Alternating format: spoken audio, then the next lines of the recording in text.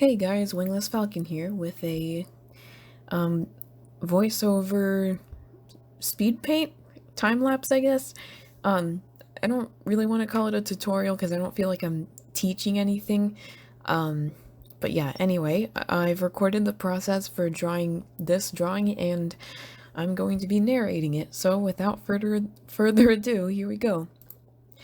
Of course, first you start with the sketch. You know, just mapping things out. Not much to talk about here. I made it smaller because it's easier to work with when it's a little smaller. And I'm just mapping out the placement. By the way, these are two peanuts. If it wasn't obvious from the finished drawing, they're anthropomorphized peanuts. For a dude with the online handle Peanut, fittingly enough. Anyway, now I'm resizing it, and at this point, I wasn't happy with the first sketch, so I kind of like try drawing a different, smaller one in the corner just to see what it looks like. It ends up looking very similar, and I end up just, fixing the main sketch. And adjusting the stuff, like the legs and stuff. Yeah, now it's time for the secondary sketch. The first one is mainly just to map out like the shapes and positioning, and then this one is to sketch in the details a little more because I don't like doing too much guesswork when I draw the lines. I prefer everything to just be like already set. Yeah, just drawing the hair and stuff. This is also where I draw the clothes. Unless the clothes are like pretty prominent, like the dude on the right, generally I just draw the body first and then I draw the clothes later. Yeah, just sketching it out with the other one. I also draw the facial expressions here. If I'm drawing a human, lots of times I'll draw the rough skull shape of their head before drawing like the face and facial expression on it, just to help with the placement. It's really weird drawing hair without the ears.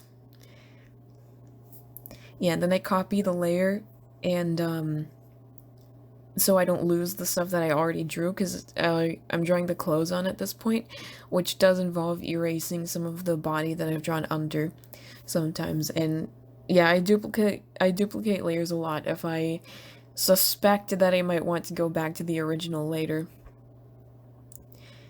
Yeah.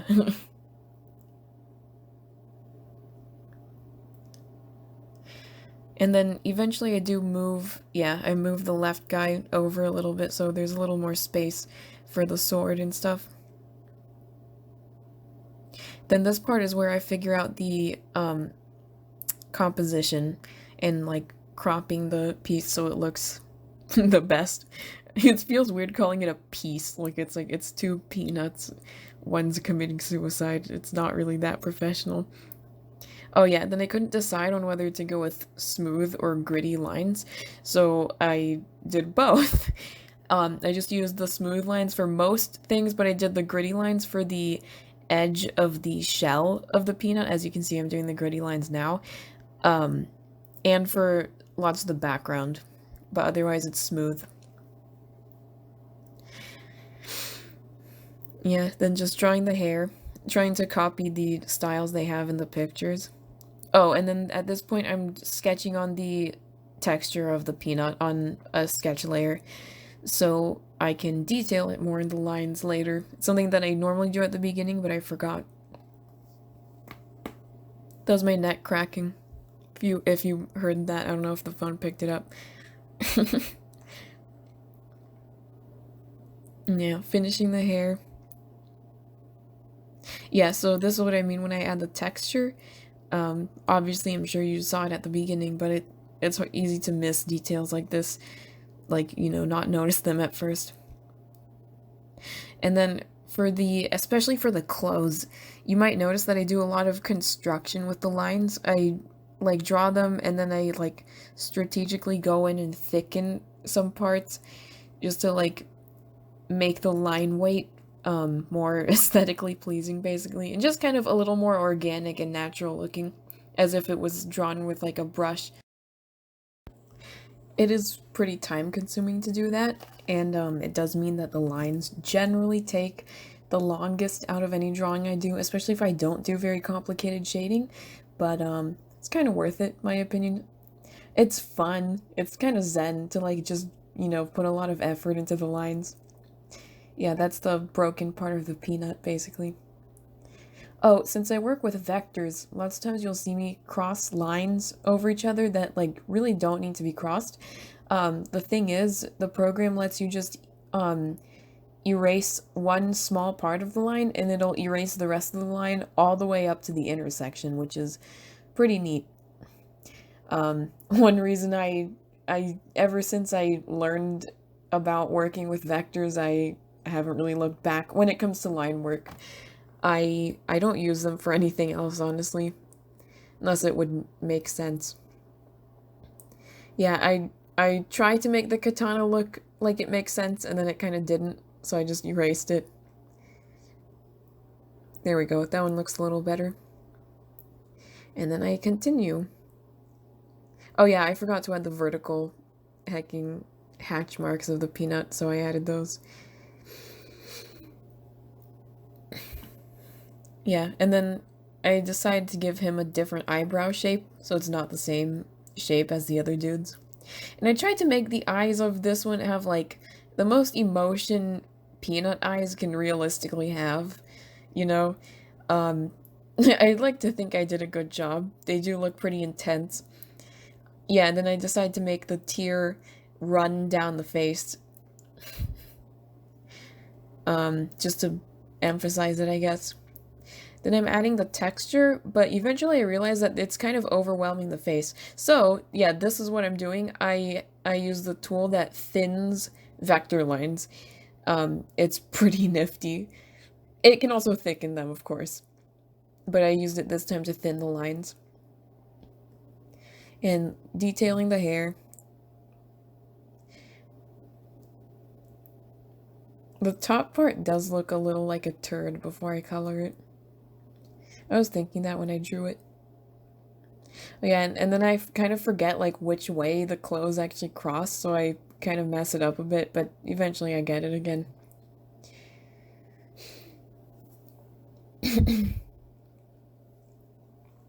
Yeah, not much to say here, just drawing the lines over the sketch.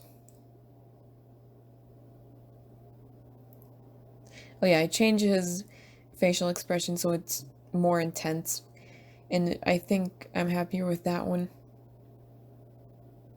Yeah, you see me do the line cross thing over there. And when I draw like long, smooth lines, I I tend to like draw them kind of like dashed. Like I don't draw the full line all the way. I'll draw like the ends and then the middle and then kind of connect them. You can see that. Yeah, I'm doing that right now. I'll draw them in like dash marks. It's just easier. I don't have really smooth hand motions when it comes to drawing lines, so that's the way I compensate. But of course, there's also just the curved line tool in digital art, at least. Yeah, you can see me do that. I draw it in pieces. Yeah, and then I do use the curved line tool eventually just for the katana because I was like, no way I'm drawing that. It's not as organic as, cloth, so I can't afford to be less precise with it. Although I do edit the end so it looks a little more how I want it to. And then for the background, I decided to go with a rougher line texture just because I think it fits the final product a little more. I already had in mind what I was kind of gonna do, and I was like, yeah, let's do this like grittier line. We have enough smooth lines. It's not like the lines matter that much in the end product anyway. I don't think people notice them. I definitely don't notice them as much as I think I'm going to. Oh yeah, then I'm drawing the matte here, and I'm like, yo, I should put that in perspective. And then I spend a while trying to figure out how to use the perspective tool, and failing, failing again, and yeah, and then I finally get it. um, yeah, I mean, I obviously sped this up, so it felt like a lot longer when I was actively drawing this.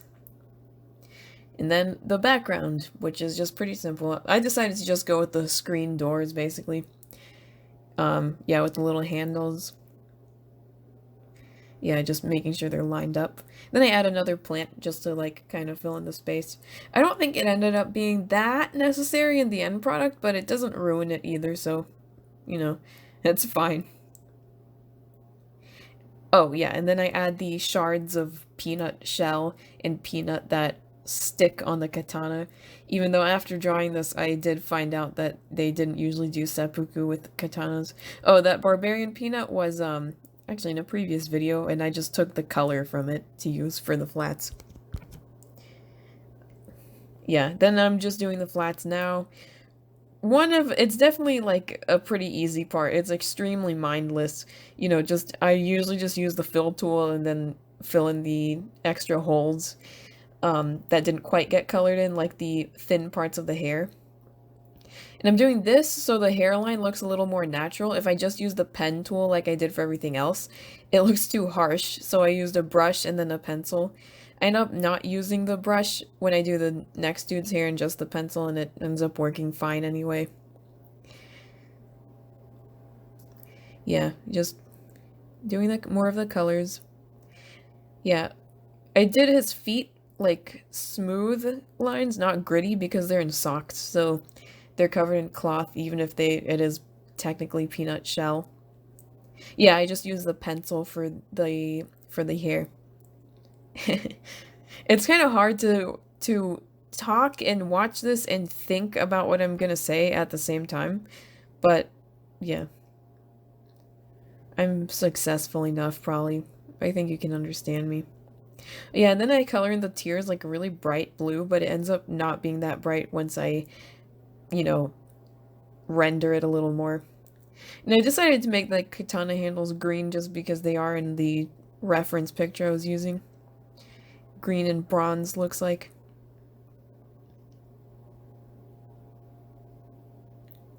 Oh yeah, and then I do the background, and I'm trying to figure out how to make the parchment color less similar to the color of the peanuts, and eventually the effects I put on it also help, although it's already good enough with the flats right now. And I add like just a little gradient to that top part just for a little more dimension. Oh yeah, and then I finally decide to color in the plant. It looks green, but it's like dark yellowish orange, which is an art trick. It's not even just a digital art trick. Mixing yellow with black will get you green usually. There we go. Oh yeah, now I'm adding the texture. Just like a sort of parchmenty type texture just to really emphasize it. Ooh, this part kind of takes a while because it takes me a bit to figure out like the brushes I want to use and how to use them. I don't usually do like blended ink style drawings, so I don't have a lot of experience with which brushes are good for it in the program, and I'm like, what? Like I just try to figure out like how to achieve the effect that I have in my head, you know? And it seems like nothing works quite right. Yeah, I try to darken the foreground. And that does help. Yeah, then I get rid of that. Then I decide against it, just Control Z. Then I'm like, okay, I'm gonna make this darker. Then I make it darker, but then it's like too flat. Then I need to make it lighter again, and the foreground darker. Yeah, this part takes like quite a bit of work, even though it's just the background. But it's like a pretty important part of the background, so, you know, it makes sense to have spent a lot of time on it. Yeah, now I'm adding the clouds, and eventually I find a tool that actually did what I was imagining one would do. I think I find it now. Yeah, I just found it. I'm like, yes, finally. I can draw the clouds how I want. Then I draw them like that, and I do the other ones too. Then I rough it up just a little more, like kind of blend everything out more.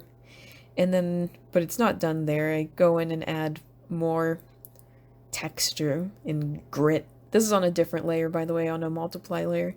And then I make it a little warmer, yellowy brown. Then I duplicate it, and this is actually where I sign the piece, but the drawing, I do it in Japanese. Yeah, that says Wingless Falcon in Japanese. And I'm trying to find a brush that, like, works for, like, calligraphy, and I never really find one. I just kind of settle on that one, and I'm like, okay, that's good enough. No one's really paying attention to this anyway. And I still want the kanji to look good. Yeah, then I move that one up. Then what do? I think it's the shading next. Yeah, I think, yep. At first I tried doing it in multiply, but then I changed it to linear light, which is one of my favorite layers for, or blending modes for shading. It's like, it's dark, but it's still a little more saturated, while multiply can be really muted. At this point, I'm just kind of roughly putting the shading where I want it to go, and then I go in and work out the details later, especially because peanuts are so textured. It's like you don't have to figure out all the intricate little details of the peanut shell when you're just, doing the rough shading first. Oh, and then something that you'll notice I do, is I like making the edges of the shadows dark. Yeah, I'm doing it right now, and like darker than the middle. And I just think that adds a nice, like, painterly kind of look to it. It's something I do in a lot of my drawings. And I am still working on perfecting it, but I'd say that I'm getting pretty good at it with, like, the sort of watercolor paint effect. Eventually I remove the... Oh yeah, I'm filling in that spot that didn't get colored. Oh, at this point, I took the shading color and then inverted it. So dark brown becomes light blue. And I'm using that as a highlight. And I'm like, not quite sure about using it. It ends up turning out fine. Because when I highlight hair, as you can see, I make the edges of the highlight brown. That really helps make it look more like hair, especially dark hair. And yeah. Oh yeah, then I take the texture off so I can see the dark colors better and see the shading on it a little better. Then I shade the face. This is also where I end up shading the... No, I shade the tears later, I think. Oh, I have a mask enabled, so the layer, I actually can't draw anything outside of what I selected, which is the peanuts and the plant in the foreground, which is really nice. You don't have to be careful about going off the shape.